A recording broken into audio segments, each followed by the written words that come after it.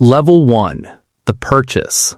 The first thing that hits you is the smell. Fresh paint, polished wood, a faint trace of cement underneath it. It smells like something permanent. You're standing in the living room of your new apartment. 2 bedrooms, clean floors, a balcony with a city view. The agent has stepped out to confirm the final number, which both of you understand means the deal's already done. You just haven't signed yet. You're 25 years old. For the first time in your life, you have a job that pays real money. Not rich money, not never worry again money, but money with commas in it.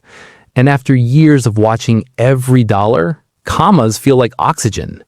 You walk from room to room. This could be your bedroom. This could be your kitchen. This could be your life. And you think, I earned this. Not just a down payment. This moment. The agent comes back. Inside the folder is a number. $460 a month. 30 years. 7.5% interest on a $90,000 starter apartment. He says it like it's normal, like rent, like something people just do. You sign.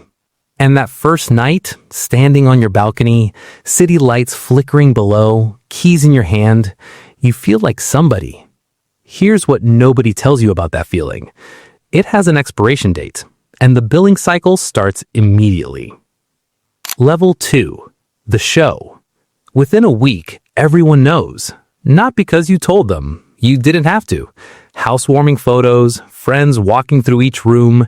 Your parents stand a little taller when guests arrive. People say, man, you're doing good. And you realize something. This place did something socially that you couldn't do on your own. It made you visible. So you lean into it. You post just enough. You downplay it just enough. You say, it's nothing crazy, in a way that invites people to disagree. They always do. This is the performance. And the performance works. People treat you differently. They look at you differently. One evening, your father runs his hand along the wall and quietly says, good move. And that lands somewhere deep. You mistake that feeling for security. But admiration is loud. Security is quiet. One fades, the other compounds. Level 3. The pressure. Month 4.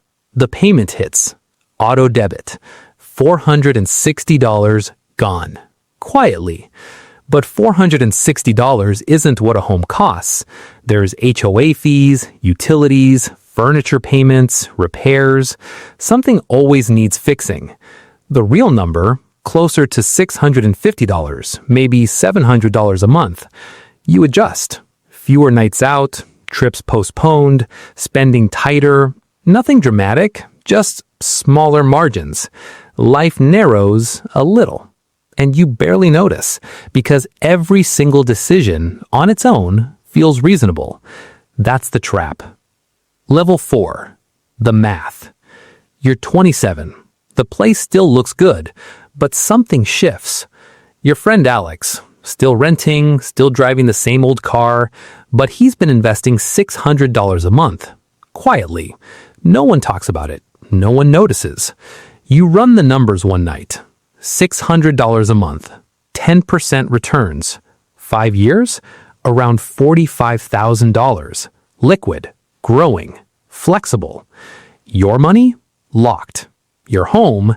Maybe it's up in value, maybe not. But your options? Limited. You don't sell, but something cracks. Level 5. The wait. Year 3. You open every account you have all at once. Savings, low. Investments, minimal. Payments, constant. You've paid over $15,000. Most of it, interest. The place doesn't feel like freedom anymore. It feels like responsibility. You're not broke, but you're not free either. And that difference starts to matter. Level 6. The shift. You don't sell the place, but you change. You start investing.